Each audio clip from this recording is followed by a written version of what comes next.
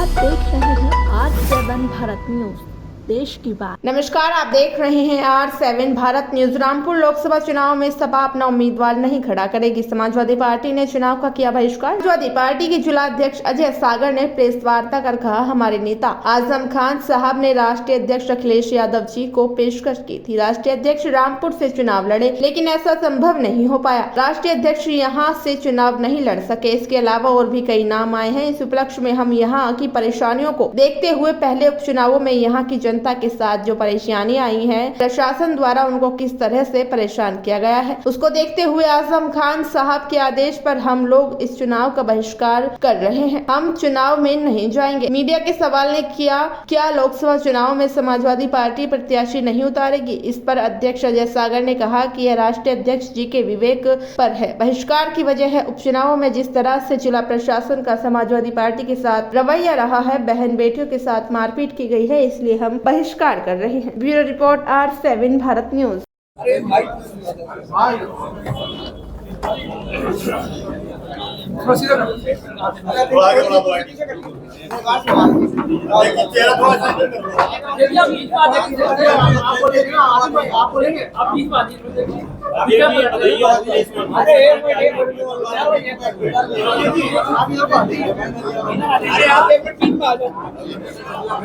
आप इधर आ जाओ। मैं बोल रहा हूँ, आप बोलो तो आप ना, मैं थोड़ा सा कह देता हूँ।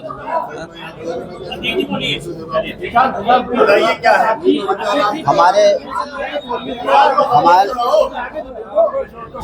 हमारे आदरणीय नेता माननीय मोहम्मद आजम खान साहब ने राष्ट्रीय अध्यक्ष जी से पेशकश की थी कि वो रामपुर से चुनाव लड़ें, लेकिन ऐसा संभव नहीं हो पाया और राष्ट्रीय अध्यक्ष जी यहाँ से चुनाव नहीं लड़े और कई नाम आए। इसी उपलक्ष्य में हम यहाँ की परेशानियों को देखते हुए, यहाँ की जो जनता के साथ उपचुनाव में, पहले के चुनाव में जो परेशानियाँ आई हैं, उनको देखते हुए, प्रशासन द्वारा जिस तरीके से परेशान किया गया है, उसको देखते हुए आदरणीय आजम खान साहब के आदेश पर हम लोग इस चुनाव का बहिष्कार कर रहे हैं। हम चुनाव में नहीं जाएंगे। लोकसभा चुनाव में क्या कोई प्रत्याशी सपा नहीं उतारेंगे क्या? वो राष्ट्रीय अध्यक्ष जी की अपनी विवेक के ऊपर है, वो किसको उतारेंगे। टिकट को लेके बड़ा मारामारी चल रही है। रामपुर से सपा का जो यहाँ पर जिस प्रकार से प्रशासन का रवैया रहा है उपचुनाव में हमारे साथ, समाजवादी पार्टी के कार्यकर्ताओं के लोगों के साथ, उसी के तहत लोगों की परेशानी, जो बहन बेटियों के साथ बुरा करा गया था, मारपीट की गई है, उसको देखते हुए इसलिए हम बहिष्कार कर रहे हैं। पूरा ये केंद्रीय नेतृत्व कर रहा था। नहीं, हमारा जिला, हम अपने ही आदरणीय आजम खान साहब कॉन्स्टिट्यूंसी की कर रहे हैं, अपनी कॉन्फ्रेंस, हम अपनी लोकसभा के तहत कर रहे हैं। जो हालात रामपुर में गुजरे हैं और जिस तरह मनोबल गिराया गया, हमारे वर्करों का फर्जी मुकदमे कायम किए गए, अभी तक जेल में हैं लोग, जो जुल्म और ज्यादती की गई है यहाँ, जिसका बदतरीन मुजाहरा उपचुनाव में हुआ है,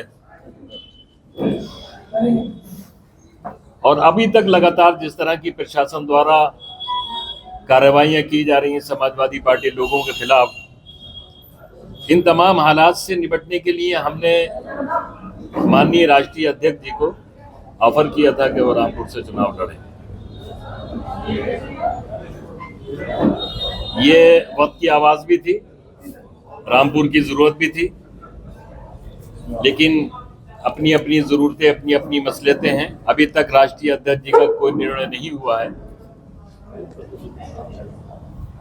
इन हालात में चुनाव में जाना,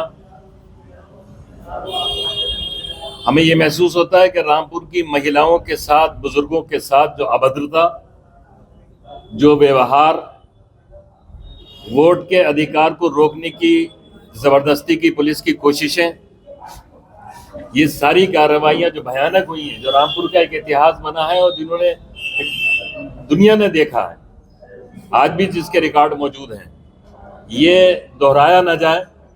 यहाँ की गरीब जनता फिर अपमान न हो, फिर उसकी पगड़ी न उछाली जाए, यहाँ की महिला वोटर्स को गालियाँ फिर न दी जाए, लोगों के साथ जुल्म और ज्यादती फिर न हो।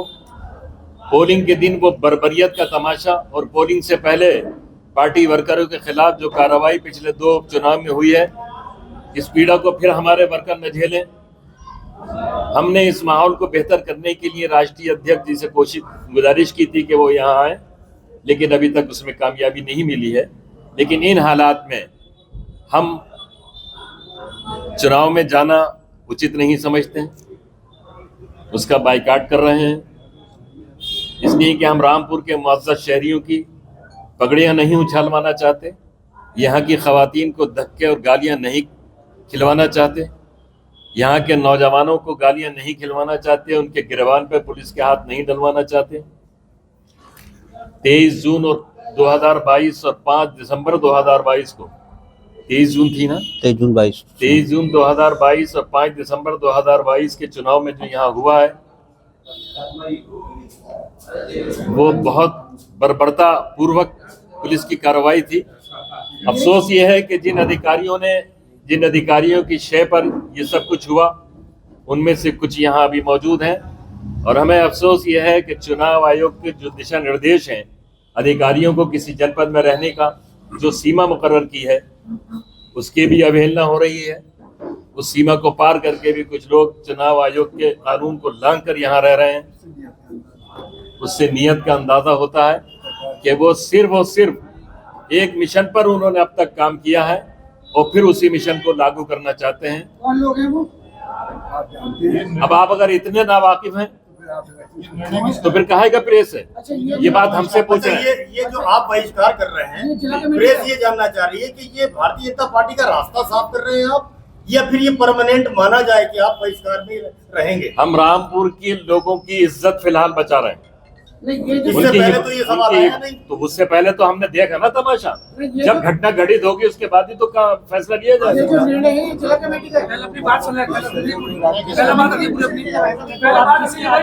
इन हालात में हमने ये निर्णय लिया है कि हम फिलहाल इसमें नहीं लेंगे, और इसके बाद जो भी फैसला रामपुर में समाजवादी का होगा, प्रत्याशी खड़ा हो क्या हो, कल का दिन बाकी है, ये सब फैसले अब राष्ट्रीय अध्यक्ष लेंगे।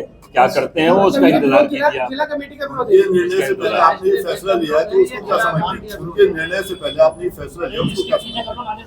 उनका अभी निर्णय अभी आया नहीं, आपने जैसे कहा कि उनके निर्णय से पहले आपने फैसला लिया है बहिष्कार का। नॉमिनेशन का वक्त गुजर रहा है, हम इस पोजीशन में नहीं है कि अपने किसी कैंडिडेट का नॉमिनेशन करा पाए रामपुर के पिछले हालात को देखकर।